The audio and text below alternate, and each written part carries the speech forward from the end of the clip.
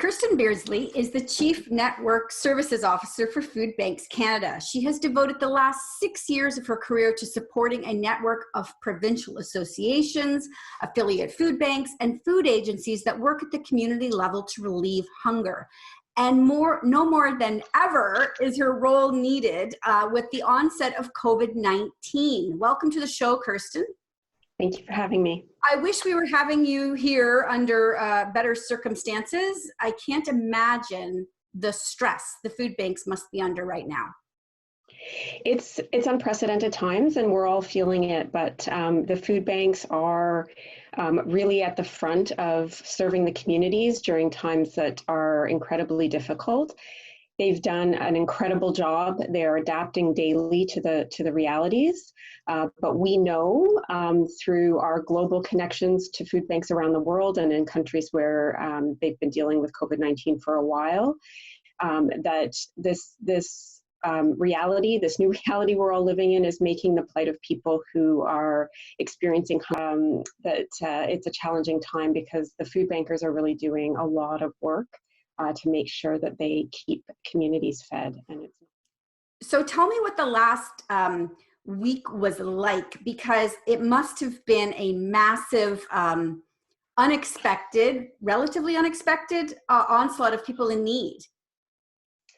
Yeah, so what we're hearing from the food banks is that more people are coming to the doors. So we know that we've all got people in our lives who have had incomes cut because they're in jobs that aren't functioning right now. So we're worried about the uptick in need.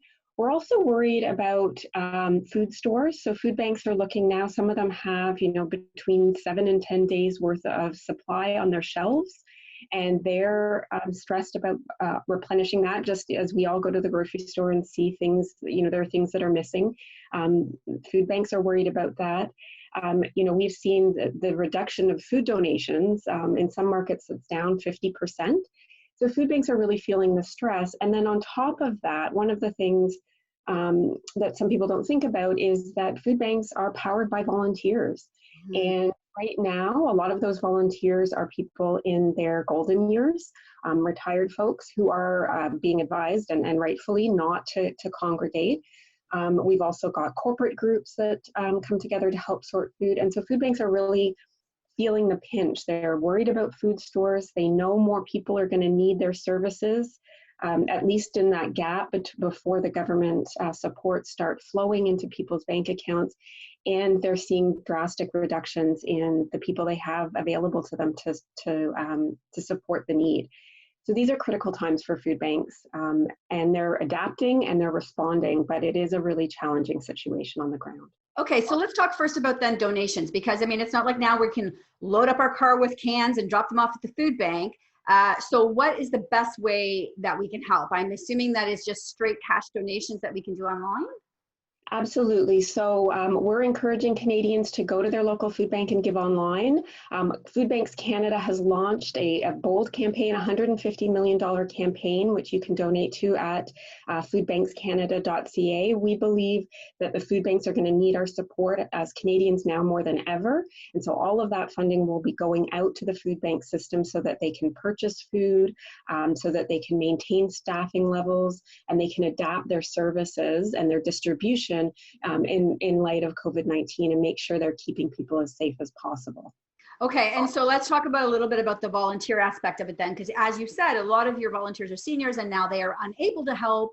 If people want to volunteer and want to help, same place that they can go to? Yeah, go visit your local food bank. Some food banks are limiting, they're limiting to staff. They've got redeployed their administrative staff and their financial services staff to stocking food and working in the warehouses.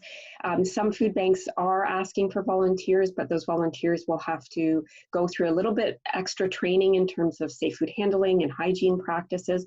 So it really is checking in with your local food bank and seeing what their needs are and really responding to those needs, however that food bank is asking you to help out. But we really appreciate the assistance, and please know that the food banking system really needs your support in these times. Yeah, that's why it was important for us to have you on today, because even just myself, I felt that anxiety in the grocery store last week, and it really hit home for me when I saw those bags at the front for the food bank that this is a feeling a lot of Canadians have dealt with for a lot longer than most of us have. Yeah, and when we have, we got public advice to build some reserves at home in case you were under, you had to self-isolate completely and weren't able to get to the grocery store. And that advice, when you are already dealing with food insecure, is incredibly stressful, because you already are struggling to feed your families and put food on the table for your families. It's unrealistic to expect that you will be able to build a 2-week supply. And so what we were hearing from the food banks is that there was a lot of stress. Families were feeling a lot of stress.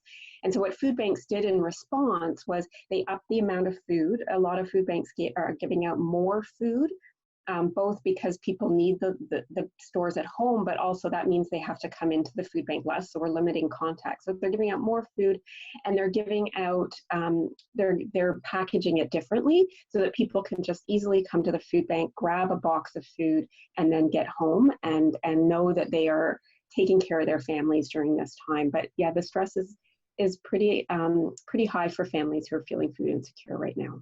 I can't imagine. So I want to keep in touch with you over the coming months, because I feel we're in for the long haul with this. So let's keep sharing. And as you have some numbers and things that you want to share, please come back and let us know. Absolutely. And we want to tell that story. And what I have to say is that I'm so inspired by the food banking system and the volunteers and the staff at food banks. They're doing heroic work, and I don't think that's an exaggeration. They've overnight changed distribution models.